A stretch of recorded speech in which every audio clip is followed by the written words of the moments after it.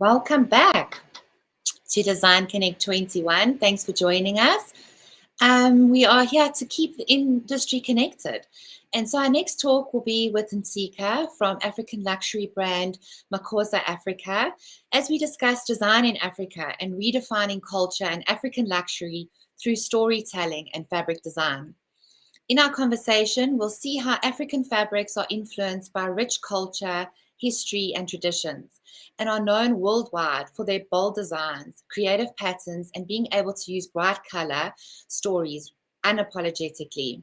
They have embraced fabric as a way of celebrating life. Similar to use of Asian textiles, they have a way of bringing a lot of energy into our everyday lives. From fashion to interiors, African fabrics have been setting trends globally.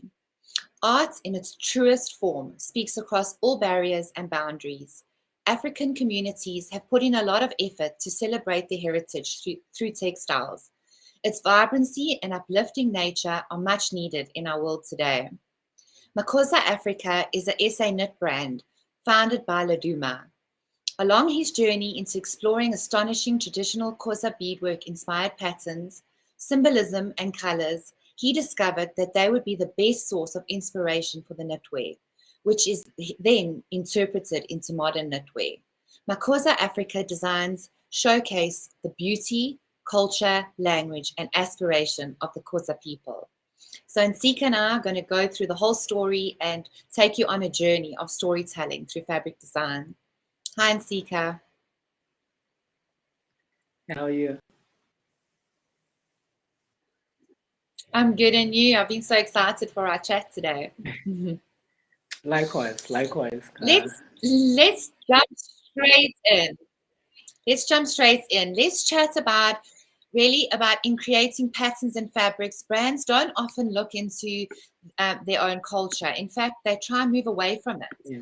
Can you tell us a bit more about the culture as used in design? Yes, I can. I'm just going to quickly allow, and let me know if you're able to see the screen.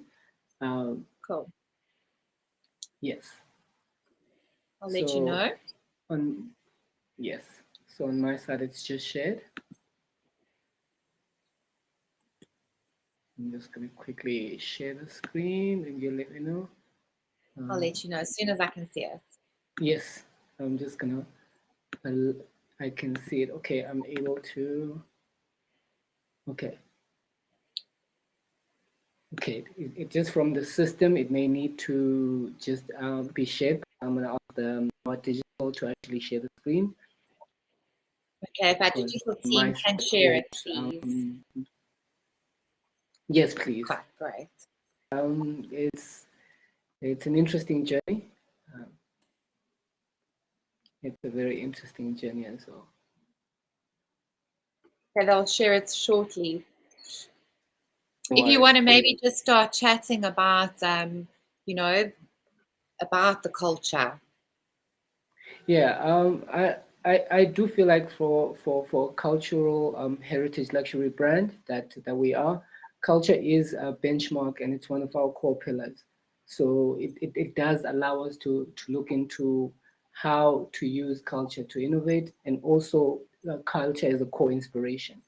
So that's what we use as part of our ideation, and that's actually part of our messaging that we share. Stunning. And would you then say that the way you design is a form of preserving culture? Tell us a bit more. I know we're going to see the slides as soon as they're up, but tell us a little bit about that. Look, in terms of culture as a form of preservation culture, that within design aspects are actually part of how we create. So in essence, with culture as our benchmark, we would say it's part of cultural preservation. For instance, Makosa itself is a brand that's named after the aspirations of the Xhosa people. In ideation, it's been also an anthropological expedition.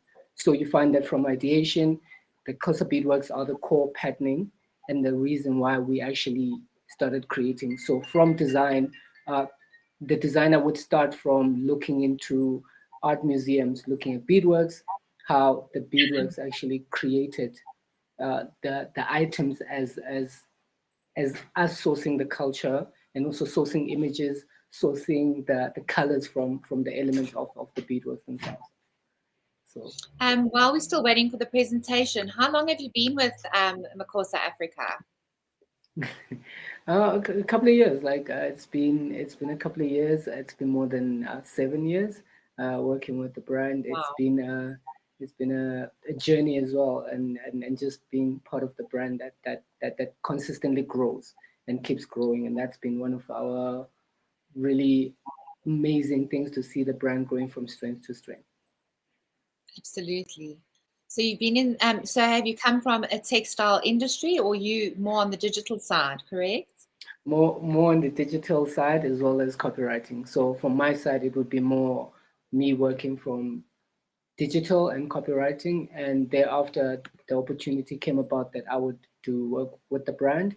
At first, it was growing with the brand, and then more we realized that actually as time grew that there's a need for digital, and specifically concentrating on that because we are also a digital brand. And Duma himself, how long has the business been going? We've reached already our first centenary. We're just saying we just pivoted from the centenary, and then we moved from there. So we just finished our first decade. So yeah. So there's the presentation. There's our presentation. Great. Yes. Okay, great. So if we can move on to the next slide, and that's where NTSIKA was talking about culture, and in creating patterns and fabrics, brands don't often look into their own culture, and they try actually move away from it. And so that's how you explained, you know, the culture and how it's used in design. Yes. So in terms of the slides, we can go to the next slide as well in talking about. So as we spoke recently as well, part of what we're conversing about in the redefinition of what African luxury is, I would want to pivot to giving the 3 core pillars of us as a brand and how we move. We are a modern heritage African luxury brand, and all those 3 pillars are part of the pillars of the brand. And this element of the brand would be more the heritage. We are a brand that actually preserves heritage, preserves culture. And in looking at cultures, like as you can see, these are anthropological images of the tribes. And in the codes and the culture codes, you specifically are zooming into a specific sub-tribe that would be the Xhosa people. So if you look at heritage, it's the language, it's the colorways and also the patterning. And more so with us, it's the beadworks, specifically the Xhosa beadworks that we got the core inspiration from. So from this element, specifically this image, going back to what we're talking about preservation. So you're seeing this is an anthropological image that is spanning from decades back and close to a century. This specific core is how we design and how we ideate. Remember, we were looking into one, this was a thesis project. So from this, we would then look into Xhosa beadwork patterns. One, in cultural codes, there's codes in culture. Language is one of the codes in culture. 2, under the umbrella of heritage. So our ideation as a brand came from specifically the value of tradition under the heritage of the Xhosa, the culture as well. So Xhosa beadwork specifically is how we look into the preservation, just looking into this as well. The misconception is that when we design and when we ideate is that we take patterns from everywhere or we just create. This being a thesis project, it started with a project of looking into how Xhosa initiates wearing specific items that were not part of a cultural phenomenon. So, which we'll get into is that one, we saw a cultural phenomenon happening, but it was not attached to culture. So in the Xhosa tradition, as you're saying, is that one has to do away with old clothes and come up with new clothes. And so that was the core reasoning when we looked into the brand and the culture. So with this is that one, in the study we saw that with Xhosa beadwork, specifically, and even every specific culture has its own core ideation. And I'm going to speak a lot about intention and intentionality when it comes to luxury. Is that with this, each tribe within even just the Xhosa culture had beadworks that are panning into explaining the lineage. Like we know with the Zulu culture, there's also the Zulu love letter, which is beading as well. And then Ndebele is the beading. If you move Northern Africa and Central Africa, there's beading, which is a core element of that. So our ideation and our design language comes from the element of beading. Because the one thing we took from beading is the idea of craftsmanship.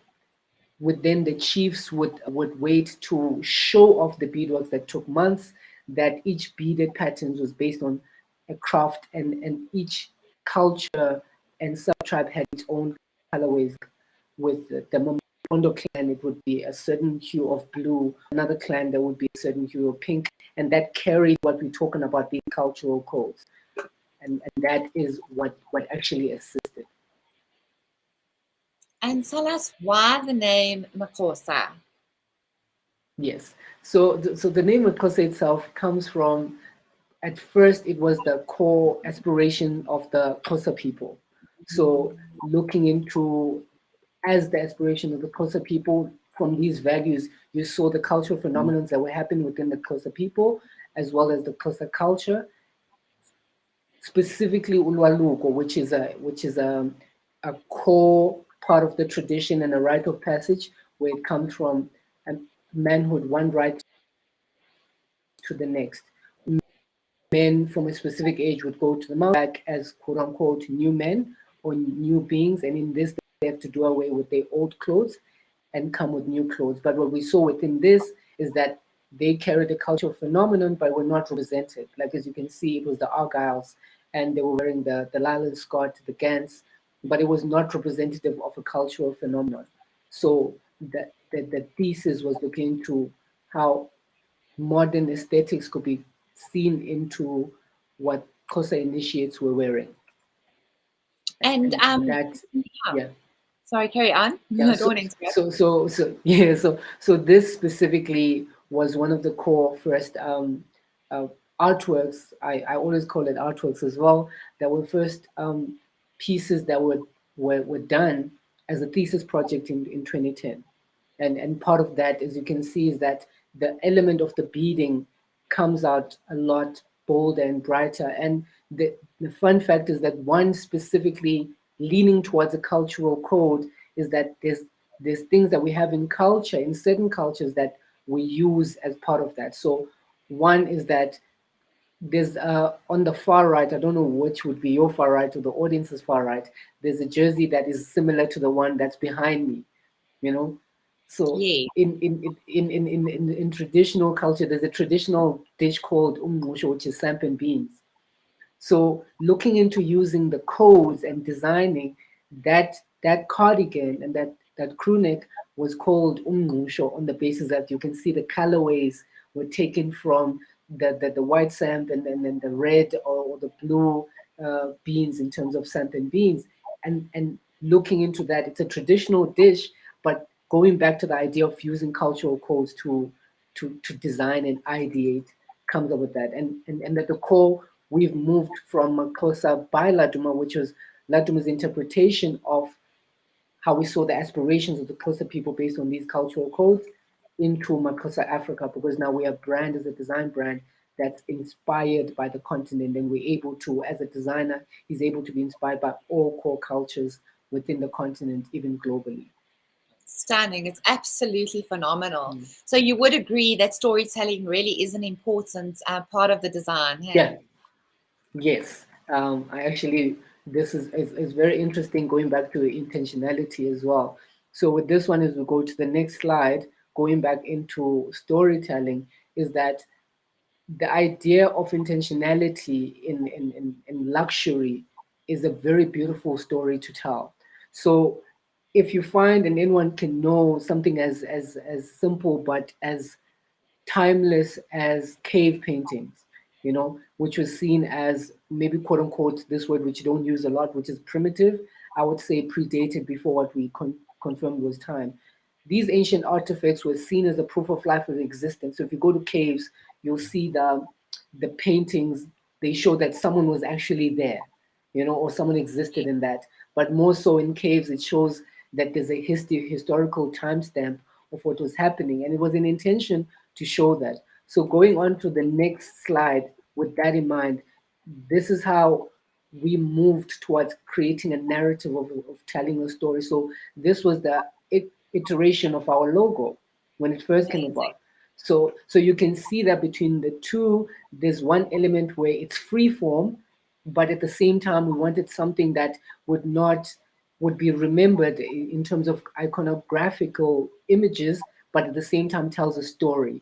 So if someone looks at it, it does look like one, you can see maybe it looks like a human being, but also you see that it's also a free form drawing, but it does have an element of also maybe a cave painting as well, but it's a motif that stands, and you can see the X of quote unquote Makosa. So that is how we moved as a brand. And as we move on to the next slide, this is how we maintain the modern and the heritage element. So if you can see on the left, it moves towards the modern, telling the story of the first decade onto what Makosa was, which is Makosa by Laduma. And when we moved towards Makosa Africa, which we inspired by the continent, we tried to modernize it so you can see it as a logo, and you can see how it lives in other as well. And we can move on to the next slide as well, just in this thread of storytelling.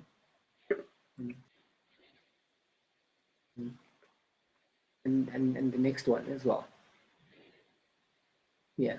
So it's things like these as we ideate, and that with craftsmanship, it tells story. And another beautiful thing is how one story and thread is carried from one generation to the next.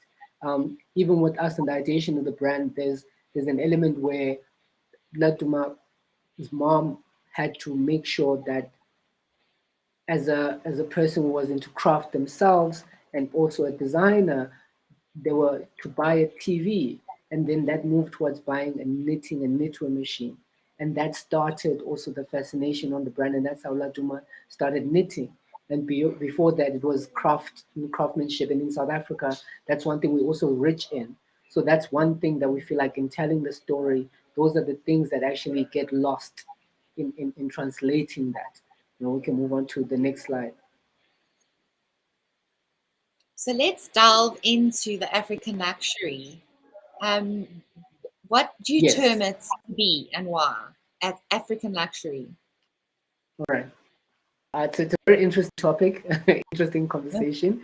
I'm going to move on quickly to the next slide, and I'm going to cue our person to just go on. So in these, with luxury, and this one is fine as well. So with luxury, for me, I would work on intentionality, which is a very beautiful way we term craftsmanship and the ability to create craftsmanship. So going on to, if you can see what's on the right and the left in juxtaposition between heritage and modern. As our core ideation came from Xhosa beadwork, specifically beadwork spanning since pre-history and also pre-education, we as a brand were able to move from that beadwork and create what we call new age beadworks. So it's in carrying the narrative of what beadworks were, which took time, which is craftsmanship, and at the same time we're intentional where people are telling the story vibe. If you can go to the slide before this one, you'll see how from a design element we've created Pantones from those elements of beads, and us as a brand have created core 10 colors that we ideate, and that becomes what we move in creating luxury. As we move forward, it's like you see that there's a lot of intentionality, and that's what we call African luxury. Because if you see that the pyramids are in the continent, and so the pyramids were created in a way that craft was also part of that, in a way that there's gold underneath the tombs. And so even in the continent, we are rich in all these minerals that happen, but with luxury, people always look for what's the raw material. So when we term African luxury, I would say intentionality, how we use our patterning based on an ancient artifact such as beading, how we also use the raw materials such it will be 100% silk, 100% wool. And if you move on to the next slide, you'll see how we've carried that with wool being sourced in the country, and we're one of the biggest exporters of mohair globally, and that becomes our core. And we're moving on to the next slide as well. Yeah. So with this is how you find that as we're moving on, that luxury becomes an intentional way that we are creating something that would be deemed great for the next generation. That even in this image that you can see, that the beading becomes part of the mantra and how we create the band, but we then started also creating beadworks that are also luxury items that people can wear, an ode to the heritage element of the brand. Phenomenal. And all the bright colors, and it really does translate Yes. into the design. It's amazing. Sure. Yes. I want to speak about breaking barriers, and how has your brand really broken through these barriers and adapted to global trends? Yes. There's been a lot of trends that have happened as well with the brand, where we always note that we are a global brand producing locally, in the sense that it's important to position yourself somewhere.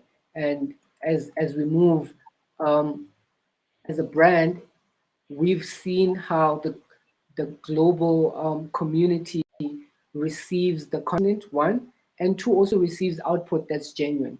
So we'll start with maybe one of the core issues that we may have had, which would be us talking about a challenge that we recently had, and we'll move on to the next few slides, which is specifically the challenge that all the entire collection, the collection just moved, which is COVID.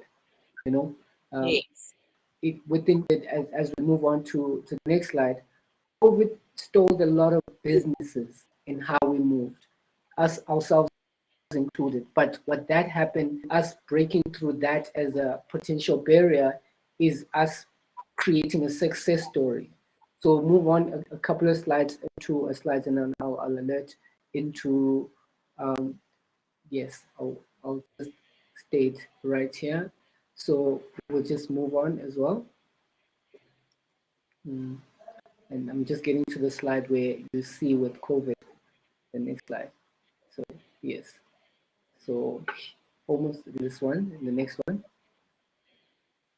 Yeah.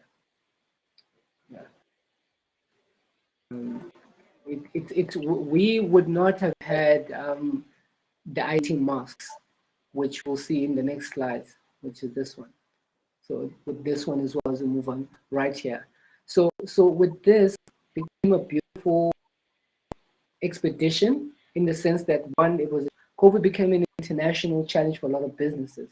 We were not also spared from that as a challenge. It was a negative. Us as a brand, because we are a design brand at the core, had to look into how do we combat the idea of what COVID is. If you're telling me before COVID, would we have created an idea of what masks would be, and that potentially would be one of our best sellers? No. So in us looking at the trends that were happening globally, and the barrier that we had looked into, one, if we have to create masks, we are a luxury brand, how do we meet that need? Secondly, would we be falling into a trend that's fading, which we didn't know? So we looked into the ideation of the mask, and us as a brand, for us became an opportunity, because we find that with our patrons, they wear socks, one place where people could see the representation of the brand. And that's how it became a great success to us as well. As we move on to the next slide, is that people were boldly wearing the branded masks to say that this is a brand we're representing, and it became a norm. And then I cannot tell you how many people I see with masks everywhere, you know. And in moving with that globally, it brought eyes to us. and this one is a very important note as well, that we had an artist, we are as well, who from the idea of singing even the mass came about what we were looking into ideating next in meeting the barrier and moving towards the global communities, that we thought the clavers, which is what you call it's the mask and the balaclava, we call them as clavers. Then he's like, I want to shoot a music cover for my album, but I don't want people to see my face. And at the same time, we were ideating this idea of a mask cover. So we thought this would be a perfect opportunity for this to meet the idea and the demand of global meets local. And that album became number one on iTunes and Spotify. And then people started seeing that, and then the orders also came in with that. And you can move on to the next slide as well. Yeah.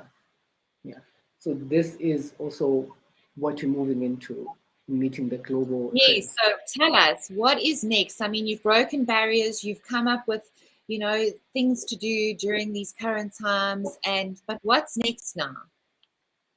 Yes. So in us moving towards next, we're pivoting to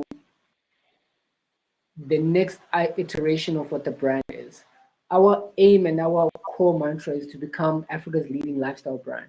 So the next is us going into home, deco, as well as all other elements of lifestyle. So we are improving and greatly creating the demand for our deco, which means we have an output of rugs, soft finishing such as cushions, big and small, and also the element of creating lifestyle iteration. So you can see behind me as well, that's wallpaper. So it's us moving to home, us creating more in terms of the element of accessories, and then moving towards creating these as its own subdivisions and moving into creating more stores, bigger stores, which is, we have two at the moment, which is Joburg and Cape Town, as well as our online store, which is one, the Mall of Africa store. And then there's one in Cape Town as well. Wow. And we are also moving next, there's also the idea of people starting, which you can see behind me, people are starting to archive, specifically museums globally, to archive our pieces as because they understand the iteration, the brand, and how it came about. They seeing our pieces as art pieces to be archived for the future, for the next generation. And that's been a very worthwhile thing for us to see, specifically when it comes to the brand growth, you know. And these are the things that as we're moving into, it's a very important thing to note, even with what we're talking about with luxury. You can go to the next one with specifically African luxury, the intentionality, and as we move on, like this is how we, each time we doing our next collection, it goes with us naming it based on a theme. It goes us with naming it based on a story. And what's next as well is that within the next month, also we are going to be showcasing our newer collection. We are also going to be celebrating heritage as a brand, as we are a heritage brand. And these are the things that are coming up next. This one has also been a beautiful space as to what's next, that from people sourcing our pieces for coming to America, it was one of those things that allowed us to understand how Hollywood works, and also be able to get people to see that this is in a very normal way, if I can call it that. And this has been quite an amazing expedition for us as a brand as well. So in ending off, I just wanted to ask one last question. What's your global footprint? Are you doing a lot of exporting of your fabrics? Is there a lot of international interest in the designs? Exactly. In terms of the design, yes, because remember, we own our IP, and we have our own design language that we speak of. So there's always interest globally. However, in terms of maintaining brand and brand credibility, we always make sure that in us exporting anything, it will it works through our online store. We've paused on moving with stockists because of the great problem that we've had with COVID, where we've got a lot of demand for our online store, and that allowed us to pivot towards more a digital brand with stores, whereas previously we were a brick and mortar store and our digital online store was secondary. Hence my specific role is to make sure I move footprint. So the global footprint is there. We are looking into the idea of licensing the patents for one specific use, because that's our core business as well. On the other side, the second thing in terms of global footprint is the idea that we should get a lot of demand for global events such as the Emmys, the Oscars, where people want to source items. So our big ideation regarding that is to hopefully have a store in one of these global big spaces: Tokyo, LA, London, New York, Paris, and just. But our big consideration is home, because I think people are seeing that we are intentional about putting home first. Absolutely, I love that. We've got some questions. Let's see what. Yes. The first question is, how do you balance culture with luxury? That's a good one. In balancing, but I think the most important thing even with that is looking into what African luxury is, right? Before we talk about balancing culture with luxury, because at the core, culture is luxury. If you look at if what luxury is a sense of comfort, is extravagance, is us looking into the cultural element as a global phenomenon. So how we balance the idea of culture with luxury, we are a heritage luxury brand. So heritage is part of our, which is part of our DNA, which is it's a beautiful way that we're looking into the balance. So what we would talk about is that with culture, the country and the continent is rich with culture. That is a no-brainer. So I don't think we balance the culture with luxury more than it balances itself, in the sense that if you find there's a culture of weddings in Nigeria, luxury would be part of that, because they would then opt for luxury items to showcase that this is what they do. Specifically, even within South Africa, is that we find a lot of patrons purchasing a lot more of our luxury items for cultural events, which is great, because now they understood that the ideation of the brand and the history with the brand. So the way we balance the idea of culture and luxury is sticking to our core inspiration, at the same time through the raw materials, we're able to still give luxury. Like for instance, what would be silk would still be silk, and the patterns will be closer to culture in terms of colorways and patterns. Next question. Which is your best Pantones and textures to use? It depends. So a multitude in the universe of patterns. It's very important to note, and I always make a distinction very clearly, is that Latuma, being a designer, at the core is a pattern maker. So when people look at us, they must see us as a pattern brand that outputs in clothes at the moment. If you can see behind me, that's a wallpaper, which is also patterns, and it still fits. We're also moving towards home, because with patterns, it surfaces really matter. So looking into the Pantones and the textures, we don't necessarily have a favorite. We base it on the season. We base it on the core offering. Like for instance, we're looking into spring, summer. Spring, summer, we know is happy colors. So in that, the Pantones would look more in terms of pastel, the colorways, and the textures would not be as heavy and bold.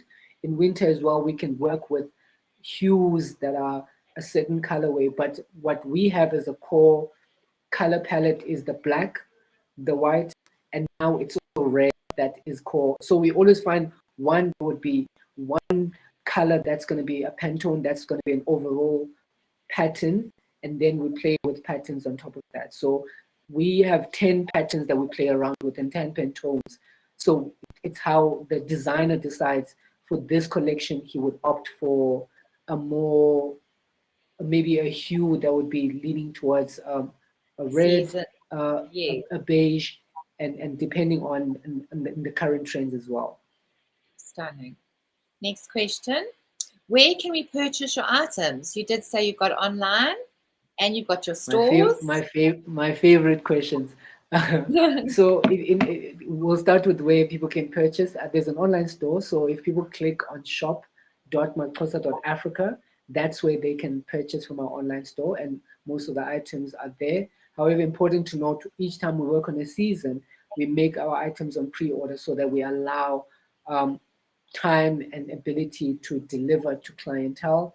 And as we work on the season, we sometimes will have less items on our online store, but we have a store at the Mall of Africa, which is in Midrand, and it's very close to other stores such as Trenery. It's on the second floor, it's on the fifth floor, and it's on 22, the passage that you go to. So if you go to Mall of Africa, you'll find us in Cape Town. We're on the same aisle as Gucci, Louis Vuitton. We're in the Diamond Aisle in Cape Town, and we are opposite, next door to Mont Blanc. So that's where people can find our items. But the most prominent is our online store. And in terms of how And long did our latest collection take to create? Well, with our latest collection and creating, it depends. One, we are working with a designer who's a perfectionist. So until he's specifically happy with the output, it can take anything between, um, depending on time, it could be a month, 2 months, 3 months, or even 2 years on working with collections, because there's different iteration, and each time there's a theme, there's a feel, there's also an output. So in terms of our collection coming out, just to give a lot of process on how we create, we we, we have our own facility and factory that we produce our samples and items for. Our process, we usually allow for 7 to 21 working days if people are ordering it, because it has to go through, we own our value chains from C to Z, because A would be us owning a farm, having a weaving mill, spinning, because once we get it in a dyed, we get it from it being a cone that's dyed in those various Pantones and colors and ways of Makosa. That's then how we create. And from there it goes into programming. Our programmer programs it. From there it goes into the machine, then goes to sampling and cutting. It goes into sewing. It goes into mending, hand finishing, packaging, and ready to go. So each item has to go through that specific process, including masks. So we always allow for 7 to 21 working days. But our collection, it can take to any time. As a result, this year, we've only launched one collection. And this upcoming year, we are then going to launch our full range for the year. stunning. It's like a piece of art. Eh? Every unique piece is a piece of art. Yes, to Decor. When do that release? When does it release? With Deco, funny enough, we launched it. This is where this story is actually quite beautiful with Decorex as well.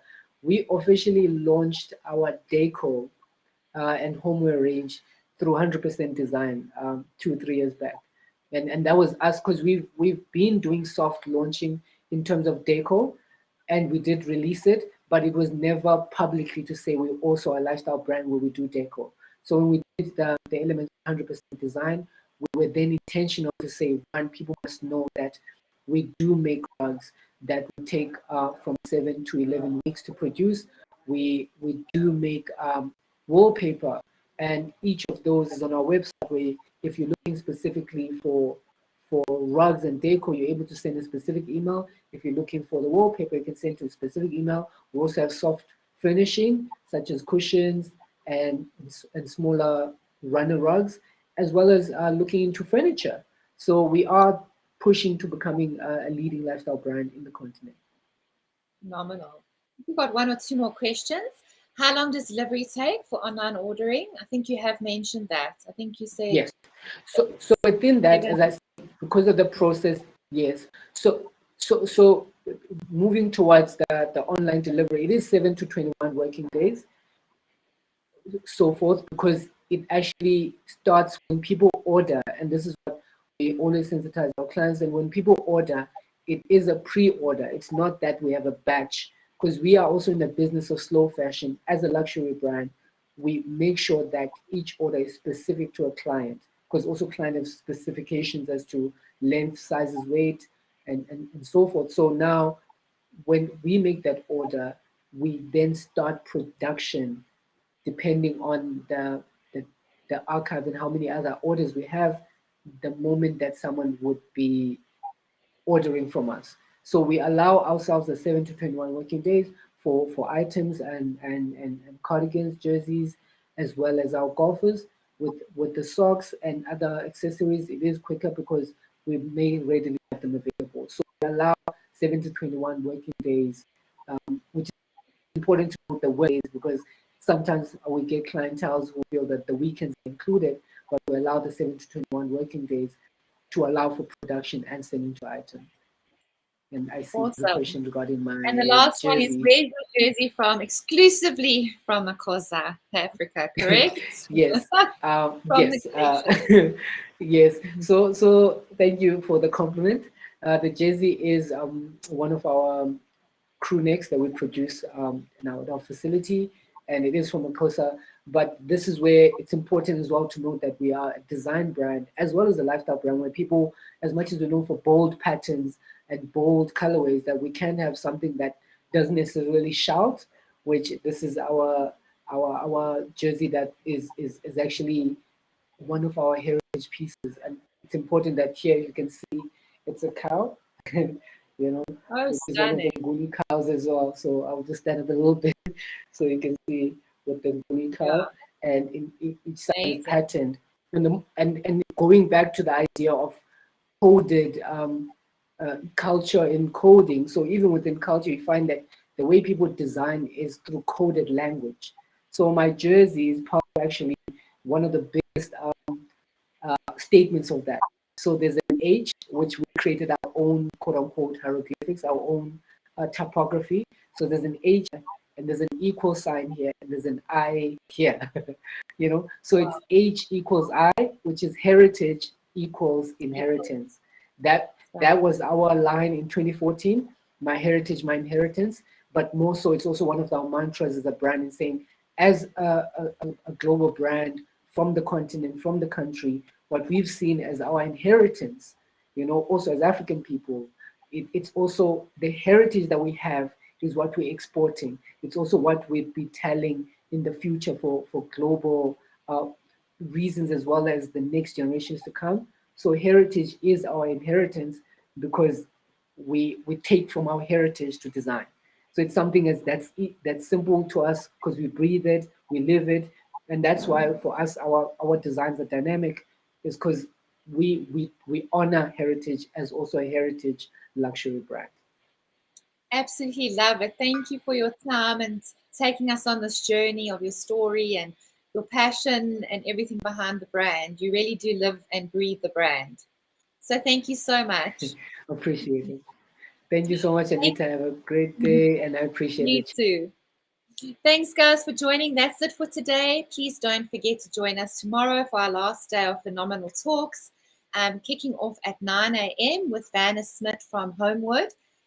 He's going to chat about Homewood's amazing range of furniture, but with a focus on sustainability, where our vision is on at the moment. So I'll see you tomorrow. Have a good evening and see you then.